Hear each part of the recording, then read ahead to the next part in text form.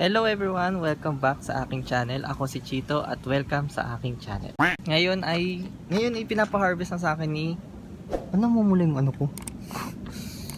Oo, namumula. Yun, bayaan mo na yan. Bali yun. Pinapa-harvest na sa akin ni ate yung tanim namin na luya.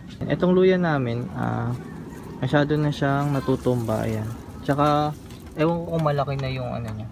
Yung mga harvest dyan. Ayan. Bali tanim ni daddy yan. Yan o.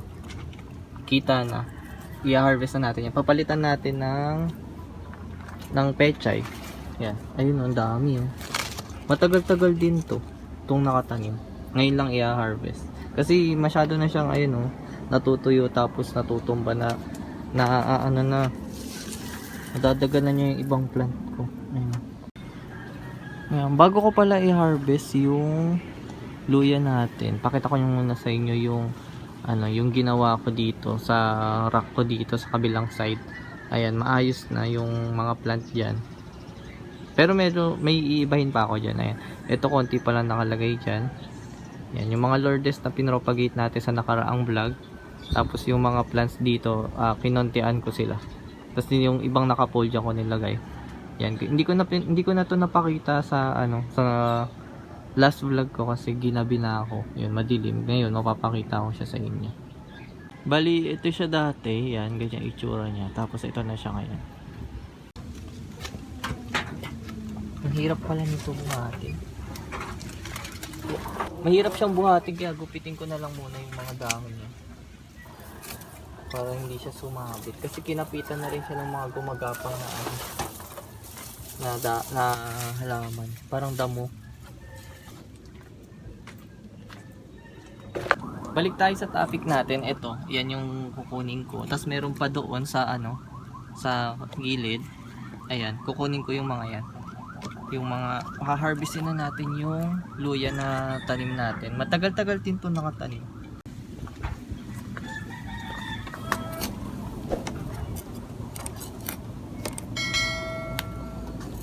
Ayan, ha-harvestin ko na 'to kasi papalitan ko siya ng ng pechay. Yan, ito yung una. Malaki-laki din siya. Siguro bulb lang yung yung tinanim namin dito. Parang ganito lang siya kaliit. Tapos ngayon ayan, malaki na siya. Halo-halo tong na to.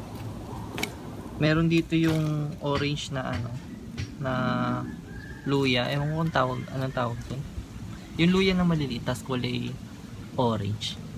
Pero ewan ko kung nabuhay yun. Meron kasing mga natuyo dito. May mga hindi nabuhay din. Ito tutubo pa lang. Ay, nalaglag. Ito tutubo pa lang sana. Pero pwede kong itanim ulit to. Ayun o. Ito yung pinakamalaki.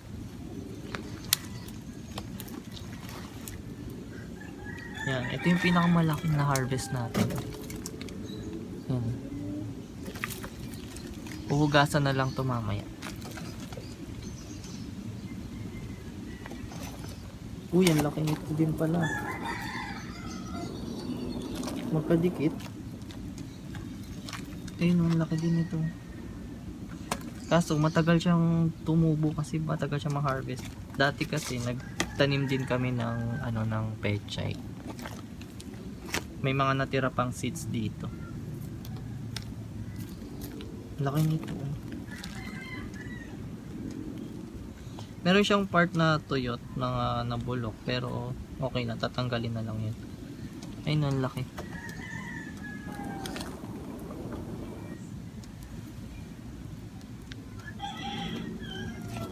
Meron pa ba?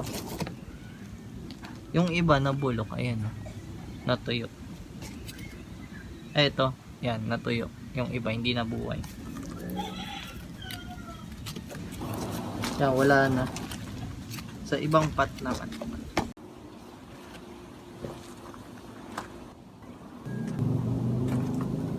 Yan, yung mga ginamit dito na pot, yung mga improvise lang. Ayan. Mga improvise lang siya. Ito maliit lang to.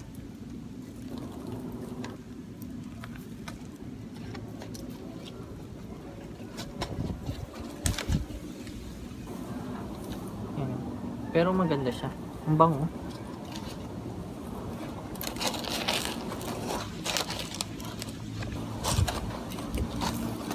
Yung ginamit na lupa dito, halo-halo lang din. Mga loam soil, garden soil. Yan. Ang liit lang pala nito pero ang laki ng ng dahon. Gupitin ko pala dapat yung yung mga dahon.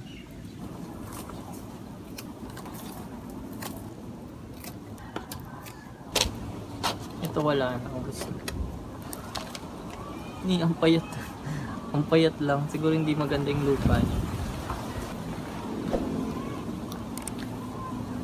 Ito bulok. Ayan, bulok. Maliit lang yung yung makukuha natin dito.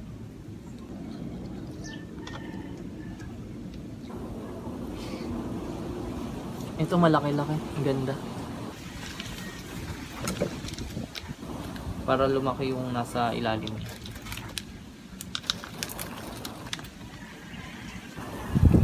Ito yung ma-harvest natin. Ito yung tinanim namin dati. Tapos ito yung na-harvest natin. Ito nag-iisa lang. Bulok pa. Bulok pa. Nag-iisa na lang. Ito lang yung ito lang yung na-harvest. Ayun itong tatlo na to. Yung nasa baba niya bulok eh. Ayun naging parang papel. Ito malaki-laki din to siguro.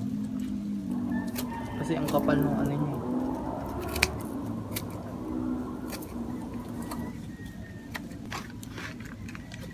Uy, ang laki nga.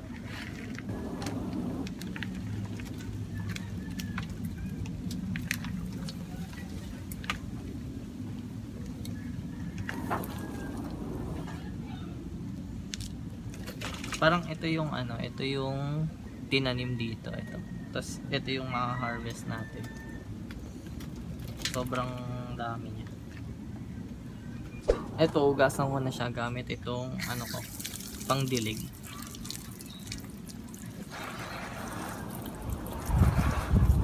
Alain ko itong maliliit na.